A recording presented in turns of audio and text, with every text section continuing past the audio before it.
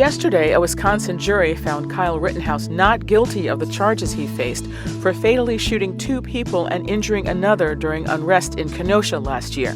The verdict brought cheers from some, including former President Donald Trump, and protests from others, including in Portland, Oregon, overnight.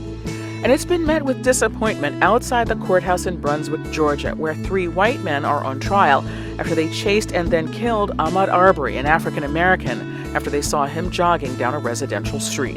NPR's Debbie Elliott has this report.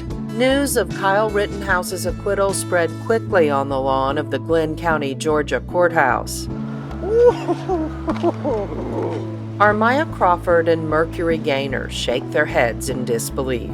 First, I was, it threw me off. I thought they were gonna find him guilty, but it was kind of like a shock. Mercury Gaynor. Knowing that this guy went and pursued people with his gun, and wow, wow.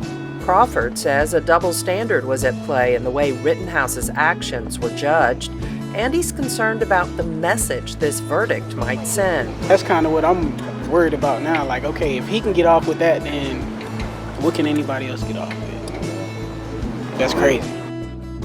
The men who chased Ahmaud Arbery with pickup trucks and shot him to death last year are also claiming self-defense. They say they suspected him in neighborhood break-ins and were trying to make a citizen's arrest.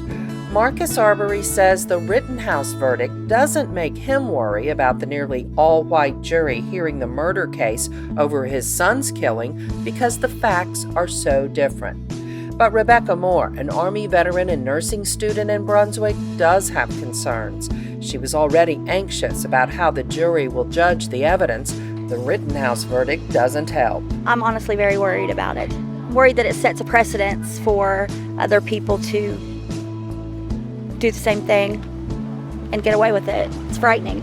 Moore and Mary Coker, a retired nurse from Oklahoma, are sitting together on the courthouse lawn, considering the message out of Wisconsin. I don't understand how he could have been found not guilty. Because he was there.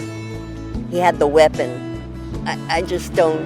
Imagine if he had been a young black man. It'd be a completely different story right now. That disgusts me. It makes me angry. That's what P. Moses takes from the Rittenhouse verdict. She's a social justice activist from Memphis who sees 2 separate justice systems at work. You have one for white people and you have one for black people, because I guarantee if he was a black boy, they took a gun, whether he got it from a friend, if he had possessed it, he would be sitting in jail for that, if not anything else. But he took a gun and killed 2 people, and they let him off. There's no justice.